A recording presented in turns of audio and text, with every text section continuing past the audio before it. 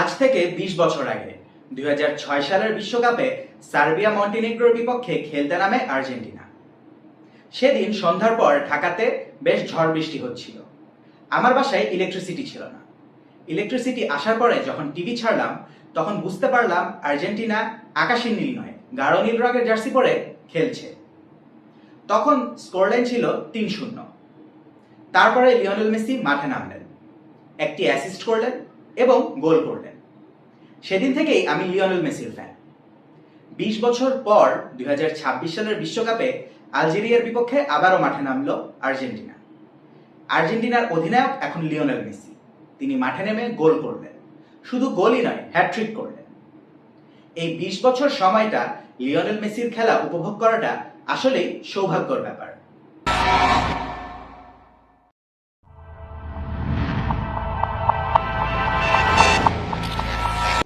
Lionel মেসির ব্যাপারে আমার পেপ গার্ডিওলার একটি উক্তি সবসময় মনে পড়ে, don't write him, don't describe him, just watch হিম।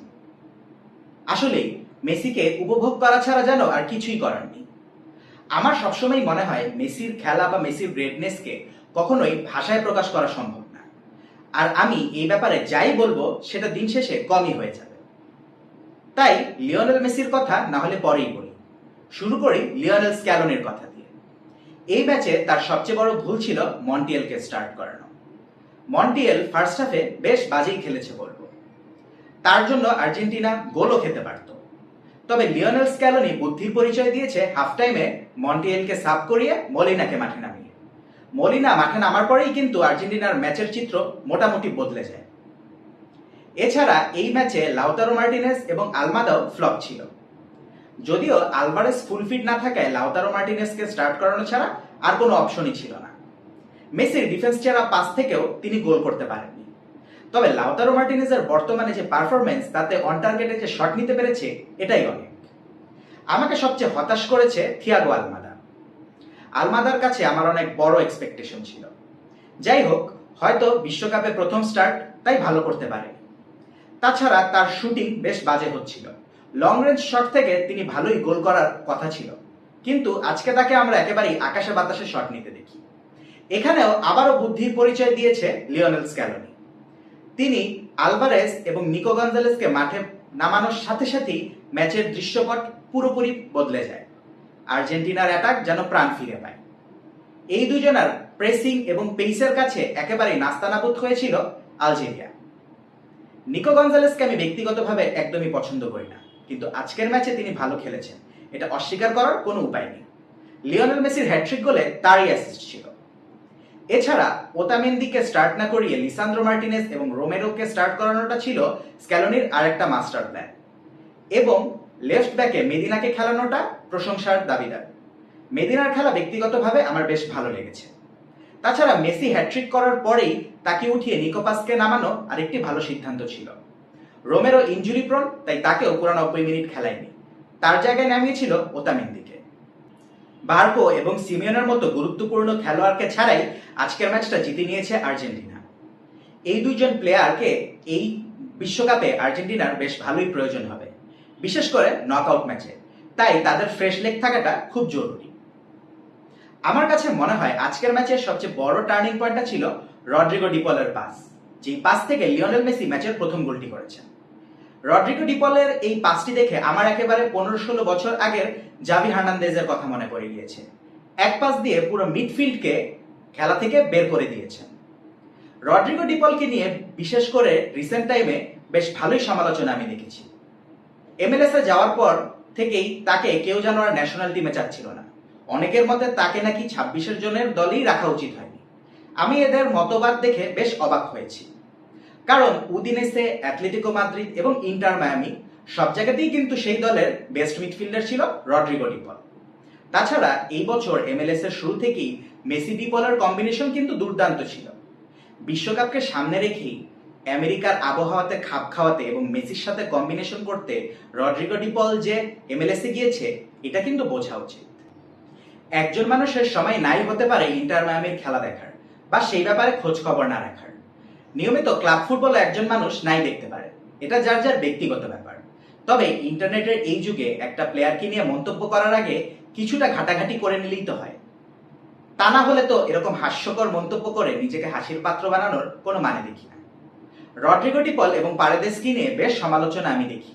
তারা নাকি কোনো দলে টিকতে পারে না, তাই ইউরোপ ছেড়ে চলে গিয়েছে। এসব মন্তব্য আমাকে নিতান্তই হাসায়। এবার আসি লিওনেল মেসির কথায়। মেসির স্ট্যাটিস্টিক্স বা রেকর্ড কোনো কিছুই নিয়ে আমি আজ কথা বলবো না।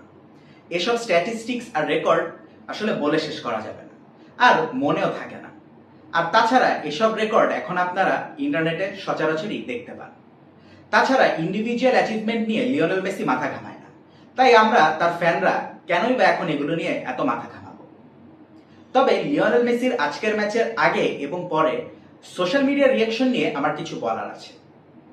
সোশ্যাল মিডিয়াতে আমরা প্রায়ই একটি জিনিস দেখি যে লিওনেল মেসি নাকি হার্ড ওয়ার্কিং না, লিওনেল মেসি নাকি পুরোটাই ট্যালেন্টের উপরে নির্ভর করে খেলেন। লিওনেল মেসির মতো ট্যালেন্ট কিন্তু ফুটবলে একেবারে যে কম এসেছে তা নয়। অনেকের মতে লিওনেল মেসির চেয়েও ট্যালেন্টেড ফুটবলার ছিল। দিয়েগো ম্যারাডোনা, পেলে, রোমারিও, রোনাল্ডো, রিভালদো এরা সবাই নিজেদের সময় বিশ্বের সেরা ফুটবলার ছিলেন, দেশের হয়ে বিশ্বকাপও জিতেছেন। কিন্তু তারা কেউই কিন্তু লিওনেল মেসির মতো 20 বছর টপ লেভেলে পারফর্ম করতে পারেনি, 20 বছর ধরে বিশ্বের সেরা ফুটবলার থাকতে পারেনি। এর কারণ ডিসিপ্লিন, ফিটনেস এবং ইনজুরি ইস্যু। লিওনেল মেসি যে ফুটবলের ইতিহাসের অন্যতম ওয়েল ডিসিপ্লিনড একজন ফুটবলার, এটা কেন যেন মানুষজন মানতেই চায় না। এমনকি ফিটনেসের হিসাবেও তিনি একদম উপরের কাতারেই থাকবেন। ফিটনেস বলতে আমরা কেনই যেন জিম করা বডিকে বুঝাই, কিন্তু অ্যাথলেটদের ফিটনেস অন্যরকম। লিওনেল মেসি এত ছোটখাটো একজন মানুষ হয়েও যেভাবে ফিজিক্যাল ফুটবলার এগেনস্টে খেলেন এবং বডি ব্যালেন্স রাখেন, সেটা অবশ্যই প্রশংসার দাবিদার। খুব স্ট্রেংথ ট্রেনিং না করলে এগুলো সম্ভব না। আজকের ম্যাচের কথাই ধরুন, হ্যাটট্রিক করার আগে দিয়ে যখন মেসি অন হ্যাটট্রিকে ছিল, তখন তার একটি শট গোলকিপার ঠেকিয়ে দেয়। সেই শটের সময় প্রতিপক্ষের সেন্টার ব্যাকের সাথে যেভাবে শোল্ডার ট্যাকেল দিয়ে মেসি বল নিয়ে এগিয়ে যান, সেটা একেবারেই প্রশংসার দাবিদার। এরকম উঁচু লম্বা সেন্টার ব্যাকের বিপক্ষে 5 ফিট 7 ইঞ্চির উচ্চতার একজন ফুটবলার শোল্ডার ট্যাকেল দিয়ে বল উইন করছে, এটার জন্য যে আসলে কি রকমের স্ট্রেংথ ট্রেনিং করা প্রয়োজন, সেটা যদি একবার ইউটিউবে দেখেন, তাহলে মেসি হার্ডওয়ার্কিং না এই কথাটা আর কেউ বলবেন না। আরো একটি উদাহরণ দিই, আমরা যারা মেসির খেলা অনেক আগে থেকে দেখি, তারা একটা সময় পার করেছিলাম যখন মানুষজন বলতো লিওনেল মেসি পেনাল্টি বক্সের বাইরে থেকে গোল করতে পারে না, লিওনেল মেসি ফ্রি কিকেও গোল করতে পারে না। সেটা 2009-10 বা 2011-12 দিকের কথা। এরপর থেকে কিন্তু লিওনেল মেসি ফ্রি কিকে গোল করা শুরু করলেন এবং পেনাল্টি বক্সের বাইরে থেকেও গোল করা শুরু করলেন। এটা কিন্তু নিতান্তই ট্যালেন্টের ক্ষেত্রে হয়নি, অবশ্যই তাকে লং শট এবং ফ্রি কিক নিয়ে অনেক কাজ করতে হয়েছে। বর্তমানে পেনাল্টি বক্সের বাইরে থেকে সবচেয়ে বেশি গোল লিওনেল মেসি, এবং ফ্রি কিক গোলের ক্ষেত্রেও তিনি হয়তো খুব শীঘ্রই বিশ্ব রেকর্ডটি ছাড়িয়ে যাবেন। হার্ডওয়ার্ক না থাকলে এমন অ্যাচিভমেন্ট সম্ভব না। এবার আসি লিওনেল মেসির প্লেইং স্টাইলের ব্যাপারে। লিওনেল মেসি ফুটবলটা যতটা না পা দিয়ে খেলেন, তার চেয়ে বেশি বুদ্ধি দিয়ে খেলেন। তাছাড়া লিওনেল মেসির ভিশন অসাধারণ। একটি পাস দিয়েই তিনি অপোনেন্টের পুরো মিডফিল্ড এবং ডিফেন্স খালি করে দিতে পারেন। এরকম পাস আমরা আজকেও দেখেছি। তাছাড়া মেসির ইনস্টিংক্ট পৃথিবীর যে কোনো ফুটবলারকে হার মানায়। মোমেন্ট অফ ব্রিলিয়ান্স দিয়ে লিওনেল মেসি ম্যাচ ঘুরিয়ে ফেলতে পারেন। জটলার মধ্যে থেকে শট করেও তিনি গোল আদায় করতে পারেন। এরকম মুহূর্ত আজকে আমরা দেখেছি। তাছাড়া আমার কাছে মনে হয় এখনো 15-20 মিটার দূরত্বে বল নিয়ে ক্ষিপ্র গতিতে ছোটার বেশ ভালো ক্যাপাবিলিটি লিওনেল মেসির আছে। তাছাড়া পেপ গার্ডিওলা, লুইস এনরিকে কিংবা আর্নেস্টো ভালভার্দের আন্ডারে আমরা যেই লিওনেল মেসিকে দেখেছিলাম, মেসি এখন আর সেই ফর্মে নেই। মেসি আর্জেন্টিনাতে লিওনেল স্ক্যালোনির সেটআপের একটি অংশ। এই ক্ষেত্রে রড্রিগো ডি পল, এনজো এবং ম্যাকঅ্যালিস্টার বেশ প্রশংসার দাবিদার। তাদের জন্য লিওনেল মেসির খেলাটা সহজ হয়েছে।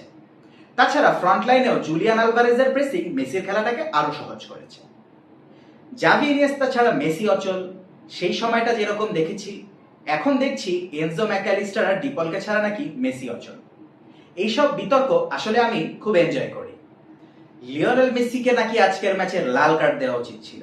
সেই লাল কার্ড কেন দেয়া হয়নি তা নিয়ে এক বিশেষ ফুটবল বিশ্লেষকদের মাঝখানে বেশ উৎসাহ, উদ্দীপনা এবং উত্তেজনা দেখতে পাচ্ছি।